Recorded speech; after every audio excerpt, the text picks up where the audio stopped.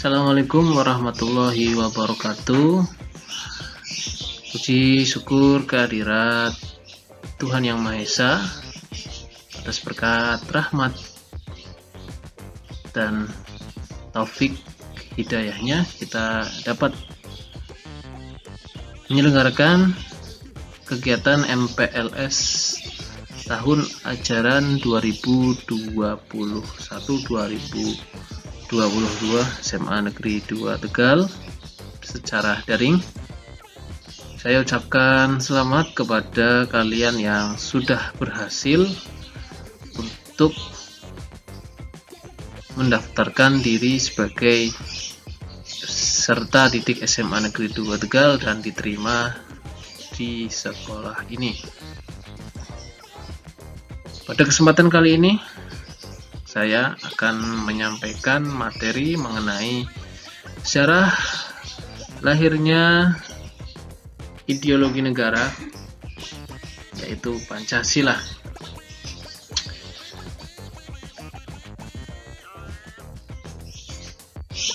Sebelum saya memulai presentasi, saya perkenalkan diri dulu. Nama saya Muhammad Aska Aula, mengajar mata pelajaran sejarah dengan kode guru Aset, ya, nanti yang tertera di jadwal untuk pelajaran sejarah adalah Aset. Kemudian saya mempunyai channel YouTube untuk pembelajaran sehari-hari, bisa kalian akses, yaitu Historias. Kemudian alma mater saya Universitas Negeri Semarang, lulusan tahun 2014. Sejarah lahirnya Pancasila. Pancasila adalah pilar ideologi negara yang terdiri dari dua kata dari bahasa Sangsekerta, panca yang berarti 5 dan sila yang berarti prinsip atau asas. Pancasila merupakan rumusan dan pedoman kehidupan berbangsa dan bernegara bagi seluruh rakyat Indonesia. 5 ideologi utama penyusun Pancasila adalah ketuhanan yang Maha Esa, kemanusiaan yang adil dan beradab, persatuan Indonesia, kerakyatan yang dipimpin oleh hikmat kebijaksanaan dalam permusyawaratan perwakilan, dan yang 5, keadilan sosial bagi seluruh rakyat Indonesia. Tahun 2016, lewat Kepres, pemerintah menetapkan tanggal 1 Juni kemarin, ya, diperingati bersama sebagai Hari Lahir Pancasila. Kronologi sejarah lahirnya Pancasila. Pancasila dalam sejarah dirumuskan oleh 3 tokoh nasional saat sidang BPU PKI berlangsung. 3 tokoh tersebut berperan penting dalam perumusan Pancasila. 3 tokoh tersebut adalah Muhammad Yamin, Supomo, dan Soekarno. Sementara itu, seperti yang kita ketahui, Soekarno merupakan tokoh penting dan merupakan presiden pertama, sedangkan Muhammad Yamin dikenal sebagai seorang sastrawan, sejarawan, budayawan, politikus, dan ahli hukum. Yang terakhir, Supomo, ia dikenal sebagai tokoh ahli hukum dan pahlawan nasional. Muhammad Yamin membuat rumusan yang terdiri dari 5 poin.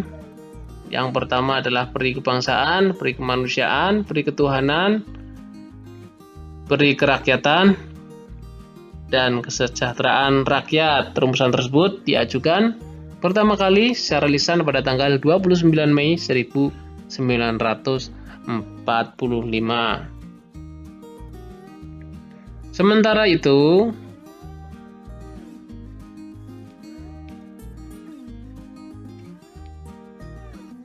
rumusan dari Dr. Supomo pada pidatonya pada tanggal 31 Mei 1945, Supomo mengusulkan rumusan Pancasila yang berisi 1. Persatuan, 2. Kekeluargaan, 3. Keseimbangan lahir dan batin, 4. Musyawarah, dan 5. Keadilan rakyat. Kemudian rumusan Insinyur Soekarno ketika sidang BPUPKI tanggal 1 Juni 1945, Soekarno menyampaikan pidato yang berisi tentang gagasan dasar negara. Soekarno memberikan 3 usulan untuk dijadikan dasar negara, yakni Pancasila, Trisila, dan Ekasila. 5 poin rumusan yang diusulkan Insinyur Soekarno berbunyi: 1. Kebangsaan Indonesia atau nasionalisme, 2. Internasionalisme atau perikemanusiaan, 3. Mufakat atau demokrasi, 4. Kesejahteraan sosial, dan 5. Ketuhanan. Bung Karno mengatakan sekarang banyak prinsip kebangsaan, internasionalisme, mufakat, kesejahteraan, dan ketuhanan. 5 bilangannya, namun bukan pancadharma, tetapi saya namakan ini dengan petunjuk seorang teman ahli bahasa. Namanya ialah Pancasila. Sila artinya asas atau dasar, dan di atas 5 dasar itulah kita mendirikan negara Indonesia kekal dan abadi.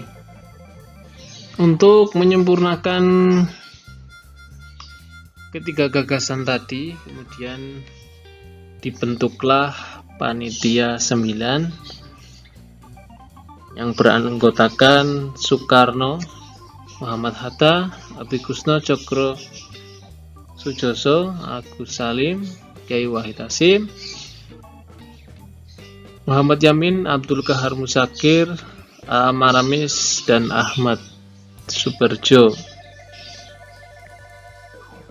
Gagasan Soekarno ini kemudian mendapat pujian dan apresiasi, dan kemudian disusunlah Piagam Jakarta dengan perbedaan pada sila yang pertama, yang berbunyi ketuhanan dengan kewajiban menjalankan syariat Islam bagi pemeluknya. Kemudian proses perumusan Pancasila ini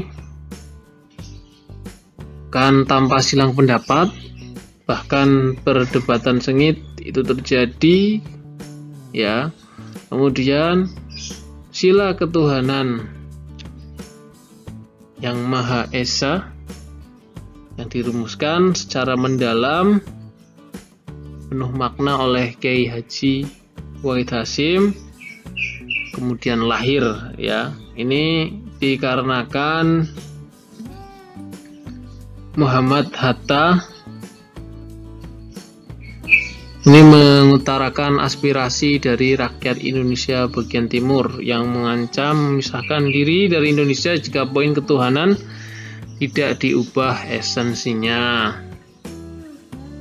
Ya, jadi akhirnya setelah berdiskusi dengan berbagai tokoh agama, diantaranya Ki Bagus Hadikusumo dan Kiai Haji Wahid Hasyim serta Tengku Muhammad Hasan, ditetapkanlah bunyi poin pertama pada Piagam Jakarta yang selanjutnya disebut Pancasila itu dengan berbunyi ketuhanan yang Maha Esa.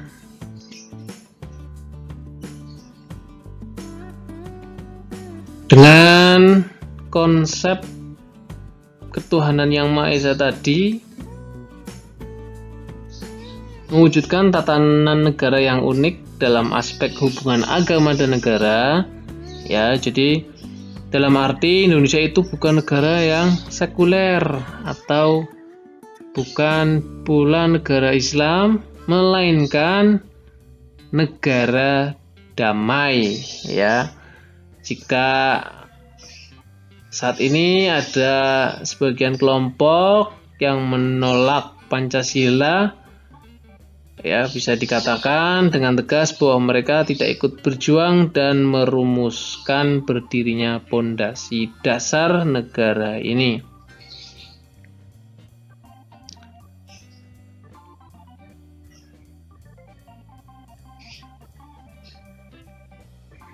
Kemudian ada pertanyaan untuk kalian semua, nanti bisa ditulis dan kirimkan tugasnya melalui Google Classroom. Soal yang pertama, apa hikmah menurut kalian diubahnya sila pertama ketuhanan dengan kewajiban menjalankan syariat Islam bagi pemeluknya diganti menjadi sila ketuhanan yang Maha Esa bagi kehidupan bangsa Indonesia? Saya ulangi lagi, apa hikmahnya pengubahan sila pertama bagi kehidupan bangsa Indonesia?